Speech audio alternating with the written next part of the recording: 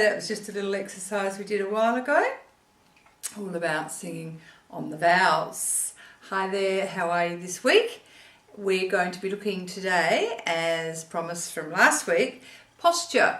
What is good posture when you're singing? And whether you're sitting or whether you're standing. What is a good posture, a good way to be? Now, first of all, just before I show you that, I really want to talk a little bit about resonance, because it's all to do with resonance, posture, being, as we spoke about last week, as expansive as you possibly can. So, just to start with, if you look at this guitar, you'll see that it's got quite a big body and it's got this echoey body. Right? It's hollow. Now, it's creating a really big space in here so that as I play the notes, we get a lot of resonance. So I want you to think about your body being a resonator like this guitar is. So the more space you create, the better and the bigger the sound. So when you start to want to belt, which is a term used to sing louder in a really careful way, and you want to bring in more dynamics, then you need to start really tapping into those resonators that we've all got. So we've spoken about this before. There's pretty much 4 main areas of resonance in your body, and that's your chest. And even as I'm speaking now, I can feel it vibrating. That's why little babies love to cuddle into your chest while you're singing or talking, because they love the vibrations, just by the way. The other area is your throat. The other area is your mouth, and then of course your mouth and behind you in your pharynx, which is probably the biggest resonator in your body, and then your whole head. So behind your eyes, your nose, and sometimes people refer to this area as like a mask, so you get really good resonance. So even as I'm speaking now, I can feel, and you can practice this too, you can feel that resonance when you're speaking. And to enable you to, if you're a teacher or you need to use your voice a lot, you need to project it sort of from here rather than from here, the throat area. So it's the same sort of thing. And you can talk a lot louder, and if you need to speak to somebody a long way away, by using this area here. Over there! Hey you! Over there! So you're using this area here and not grating your throat. And so that's a really good tool to remember as well. The other thing, I'm always amazed at the size of these tiny little birds that have such huge sounds.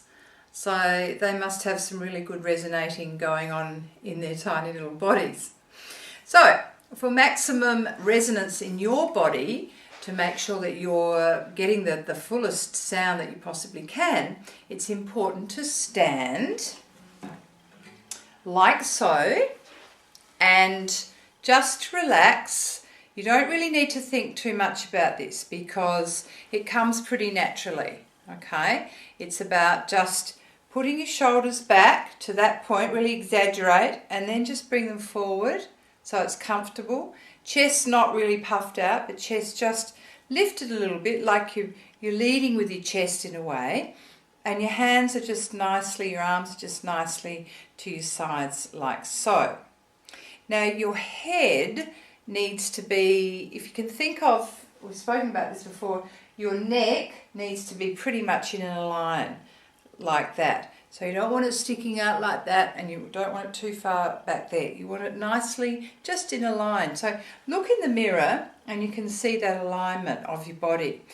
I sometimes just probably put a little bit more weight, not a lot, but just a little bit more weight if I'm standing back on my heels, because I just find that more comfortable rather than, leaning forward on your toes. So just nicely balanced on your feet, probably feet hips width apart, and don't lock your knees. You want them just bouncing nicely so that you feel, in a sense, that you're sitting on yourself in a way.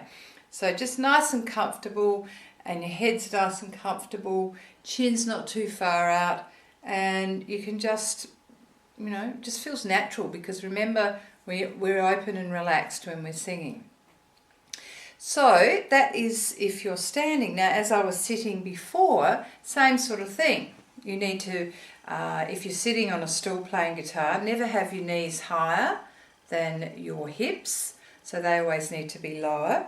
And if you're on a stool, it's fine just to raise one leg. In fact, it's probably a good way to balance yourself.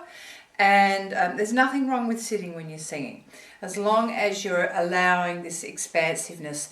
And of course, you're breathing to take place when you need to. So a couple of things there about posture and about resonance. Really, really important. Just think in terms of when you're practicing, think how you're going to stand so you get that beautiful energy flow into your body. If you're crouched and, very small like that, it's not going to work. And the other thing is when you are performing, you need to be nice and expansive as well. Because if you are, you look a lot more confident than if you're hunched and, oh, I shouldn't be here sort of thing. You want to be there and you want to own the space that you're in, and it's, well, here I am.